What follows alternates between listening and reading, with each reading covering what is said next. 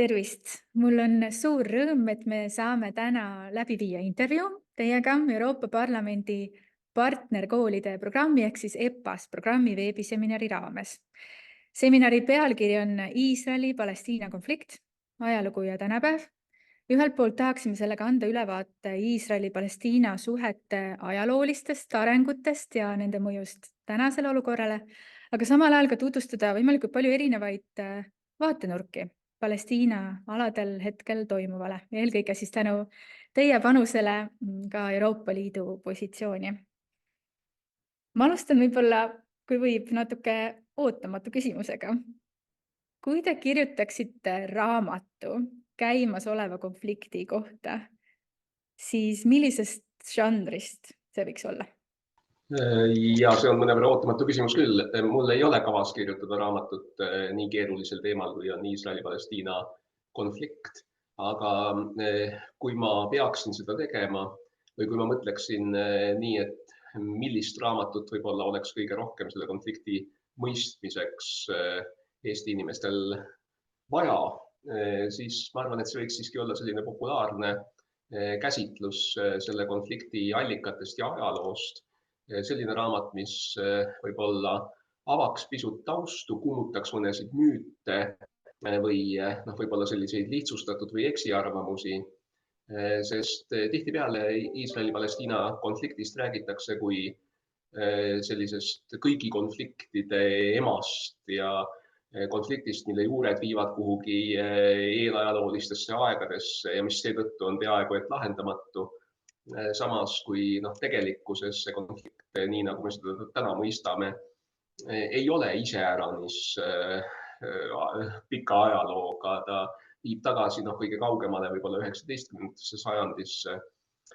Ja kui teisest küljest vaadatakse seda konflikti kui sellise religioosse vastasseisuna või mingisuguse väga ideoloogilise konfliktina, et siis tegemist tegelikult on, et kahtlemata ideoloogilised aspektid on sellel konfliktil olnud, need on aja jooksul tekkinud ja võimendunud ja tõusnud ja mõõnanud, aga tegemist on siiski konfliktiga eeskätt territooriumi pärast. Mõnes mõttes on ta tõesti selline perfektne konflikt, kus kaks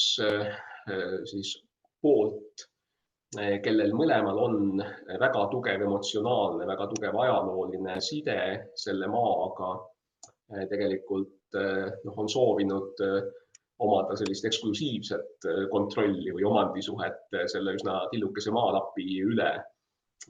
Ja see on tegelikult teinud sellest konfliktist väga keerulise konflikti ja loomulikult teisest küljest regioonis, kus ei ole kaugeltki mitte ainukene pingekolle, on ka paljud ümbritsevad riigid olnud kaasa tõmmatud sellesse konflikti ja osutunud kas omatahtsi või ka vastutahtmist osapoolteks, nii et see konflikt kajab seetõttu ka kaugemale vastu, kui üksnes siis ajalooline Iisraeli-Palestiina territoorium.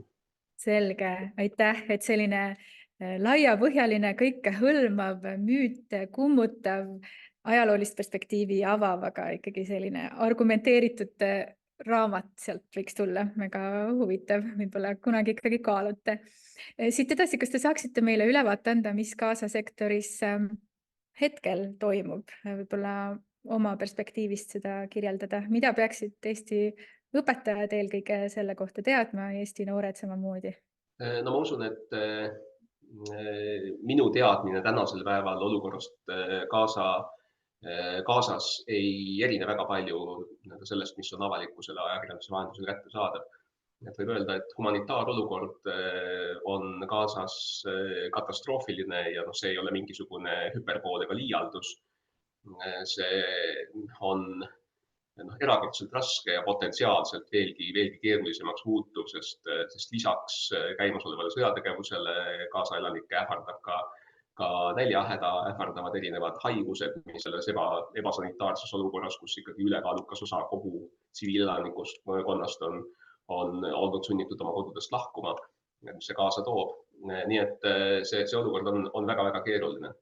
Et kui Hamasi terrorirühmitus pani eelmise aasta oktoobris toime, siis erakordselt võika ja ohvriterohke rünnaku Iisraeli tsiviilelanike vastu, oli täiesti selge, et Iisrael ei saa jätta sellele rünnakule reageerimata, et Iisrael peab tõsiselt tegelema ja tal on ka õigus ja kohustus siis üritada likvideerida see oht, mis Iisraelile Hamasi terrorirühmitusest lähtub. Aga nende kuude jooksul, mis on möödunud, on selles Iisraeli operatsioonis tänaseks päevaks võrdlemisi konservatiivsete hinnangute kohaselt hukkunud üle 27 000 inimese, nendest enam kui pooled naised ja lapsed. Et see on kahtlemata selline humanitaarne katastroof, mida maailmal on võimatu ignoreerida. Ja seetõttu kindlasti tänasel päeval peab olema kõik rahvusvahelise üldsuse jõupingutused olema suunatud sellele, et see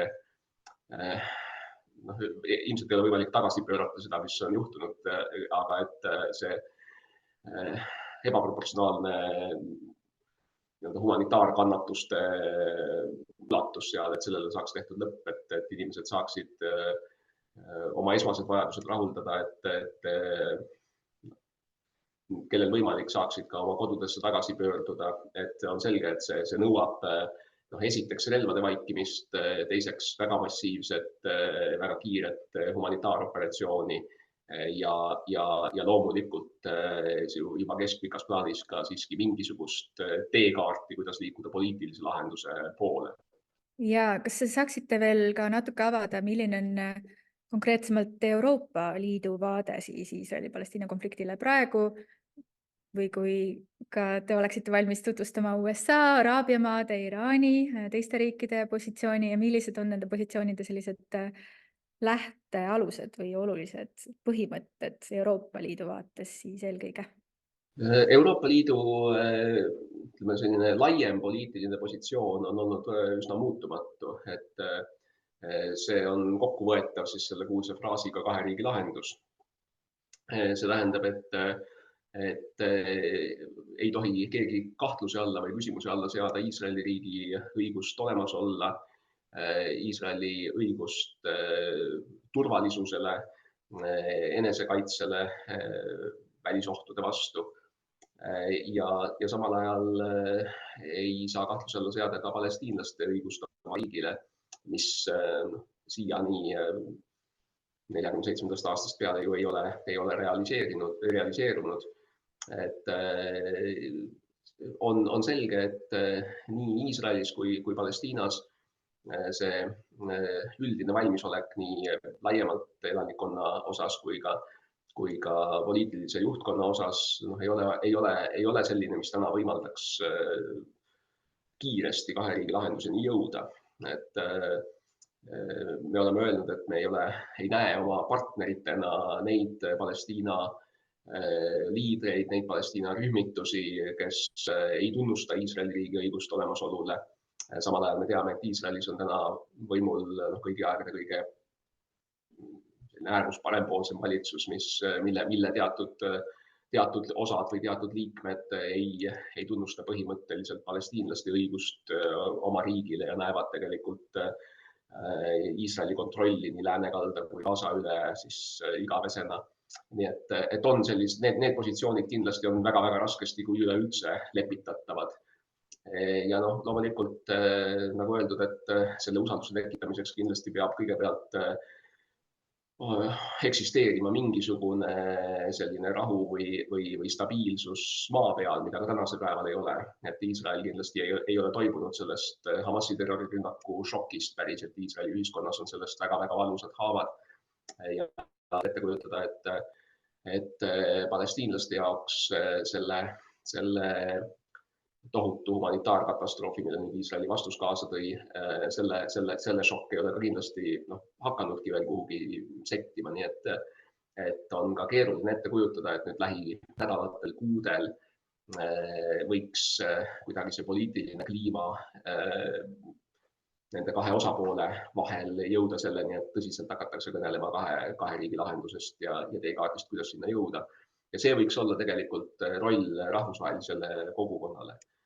et ma ei usu, et kindlasti on osapooli, kes ei ole valmis mängima mingit konstruktiivset rolli. Iraan kindlasti ei ole mingisugune konstruktiivne partner selle lahenduseni jõudmisel, küll aga Euroopa Liit, Ameerika Ühendriigid ja ma usun, et ka suur osa regiooni Araabia naabritest saaksid ja ilmselt ka peaksid siis olema sellised positiivsed, konstruktiivsed survegrupid, et ikkagi tuua kaasa see mõtteviisi muutus nii Palestiina territooriumidel kui siis Iisraelis.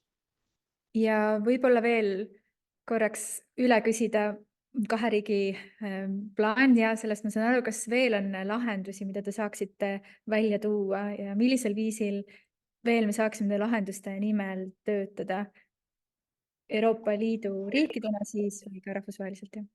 Poliitiline lahendus on kahe riigi lahendus, et ega siin tegelikult ju mis on siis alternatiivid, kui me mõtleme isegi teoreetiliselt, kontseptuaalselt, ilma et neid üleüldse pidada vähegi poliitiliselt aktsepteeritavateks. Et üks lahendus oleks siis üks kaherahvuseline või mitmerahvuseline riik, mis oleks selline demokraatlik ja kus kõigi etniliste ja usuliste siis kogukondade õigused oleks võrdselt kaitstud. Ma ei usu, et see tunduks vastuvõetav ja tunduks kestlik või isegi ohutu ei Iisraeli juudi elanikkonnale ega ka ilmselt Palestiina araabia elanikkonnale. Et ma ei näe, et oleks mingisugust potentsiaali sellise lahenduse suunas liikumiseks. Kolmas alternatiiv on jätkata nii nagu seni, ehk siis olukorras, kus suur osa Iisraeli ühiskonnast elab pidevas hirmus mingite terrorirünnakute ees ja Iisraeli domineerib selline inglise keeles öeldakse siege mentality või selline ümberpiiratuse selline tunne ja samal ajal siis palestiinlased elavad de facto kas siis okupatsiooni all nagu siiani läänekaldal või siis muust maailmast hermeetiliselt isoleerituna nagu Gazas. Et ka see ei tundu eetiliselt vastuvõetav ega ilmselt ka kestlik lahendus, et niisugune lahendus, kus miljonid inimesed elavad generatsioonide kaupa põhimõtteliselt maailmast isoleerituna ja ilma selliste kollektiivsete poliitiliste õigusteta, et see on kindlasti miski, mida on keeruline aktsepteerida.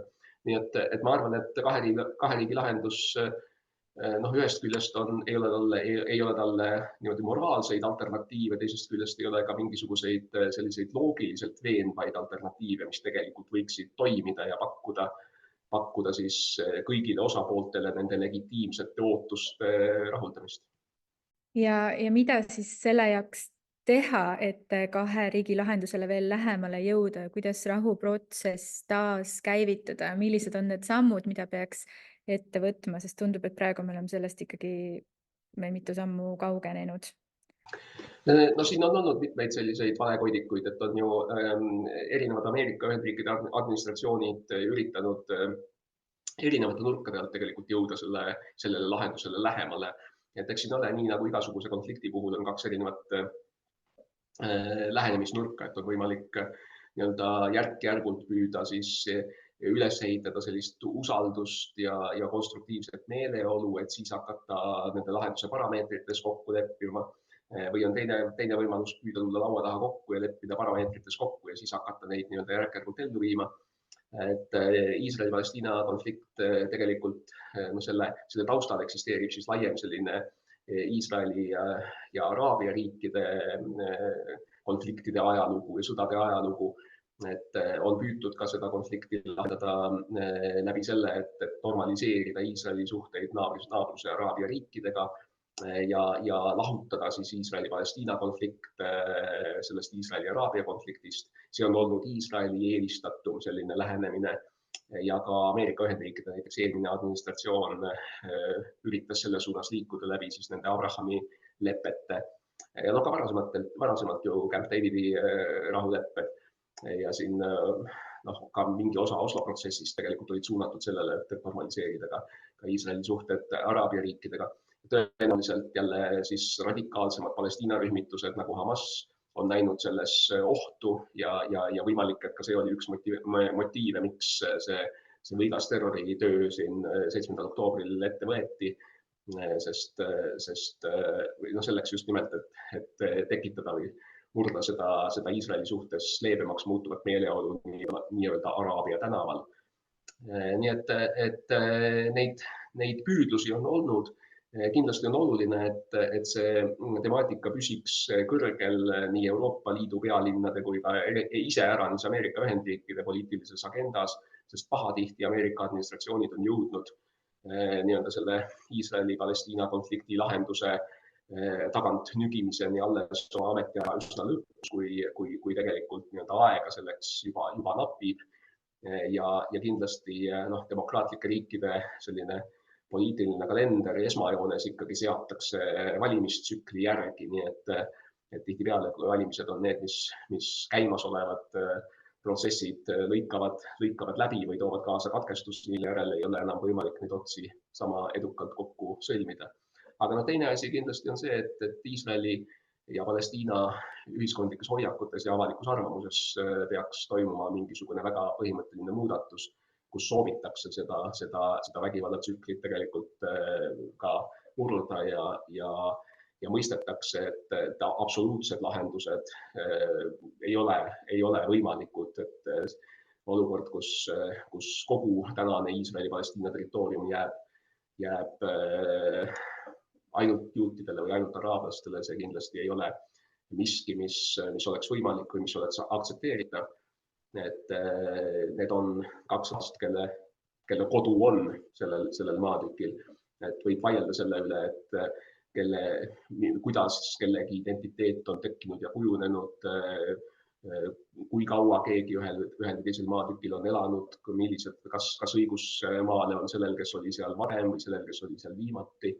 Aga ma arvan, et paratamatult tuleb jõuda selle aktsepteerimiseni, et täna mõlema rahva, nii Iisraeli rahva kui Palestiina rahva identiteet on väga tugevalt ankurdunud sellesse maasse, kus nad elavad.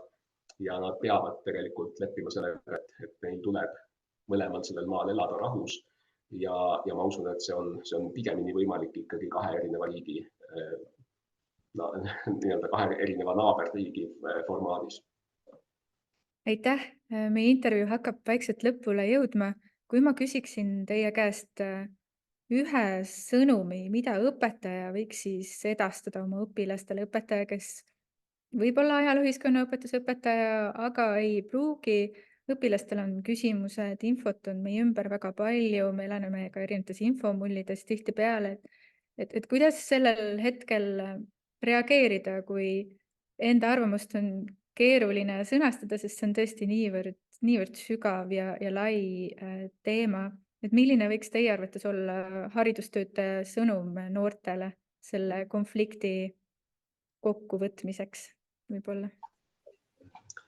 No ma arvan, et nii nagu iga konflikti mõistmiseks, et tegelikult tuleb minna võrdlemisi sügavale, olla võrdlemisi kriitiline allikate suhtes, hoida sellist avatud meelt, mitte hüpata nii-öelda pooli valima esimese asjana, vaid püüda siiski mõista konflikti olemust. Et paljudes konfliktides on mõlemal poolel teataval määral õigus ja mõlemad pooled ka võivad teataval määral eksida. Et kindlasti on asju, mis ei ole rahvusvahelise õiguse ja ka meie enda väärtussüsteemi kohaselt aktsepteeritavad, et ühegi poliitilise eesmärgi poole liikumiseks näiteks me ei saa aktsepteerida terrorismi kui vahendit. Et see on täiesti selge. Ja ma arvan, et üks viga, mida me tihtipeale sellisest keerulistest pingekolletest rääkides ja mõeldes teeme, on see, et kui me ütleme, et näiteks Eesti püüdluste ja ootuste ja huvide mõistmiseks tuleb minna väga sügavale ajalukku, kaevuda väga põhjalikult detailidesse, sest meie ajalugu, meie taustsüsteem, meie identiteet on väga keerulised ja väga pika kujunemislooga, aga samal ajal me kipume teiste riikide, teiste regioonide probleeme maalima võrdlemisi laia pintsliga. Et me peame mõistma, jah, meie taust, meie ajalugu on väga keerulised ja nüansirikkad, aga selles me ei ole erilised. Samamoodi keerulised ja nüansirikkad on ka kõigi teiste pingekollete, kõigi teiste rahvaste ja regioonide ajalood ja suhted oma naabritega ja nii edasi. Nii et ma arvan, et põhjalik enne reljeefsete positsioonide võtmist põhjalik taustatöö on alati üks asi, mida tuleks teha. 20 minutist intervjuust kindlasti ei piisa, aga ma arvan, et võib-olla see on väike selline torge, et motiveerida inimesi siis juba ise edasi otsima, edasi mõtlema. Ja igasugune mõtlemine võiks tegelikult olla siiski orienteeritud eesmärgile, milleks antud juhul peaks olema püsiv rahu regioonis, kus on tagatud nii Iisraeli riigi julgeolek kui ka palestiinlaste legitiimne soov oma riiklusele. Suur tänu nende väärtuslike mõtete eest. Loodetavasti kohtumiseni järgmistel seminaridel. Me jätkame siit juba järgmiste esitlustega. Aitäh teile! Aitäh!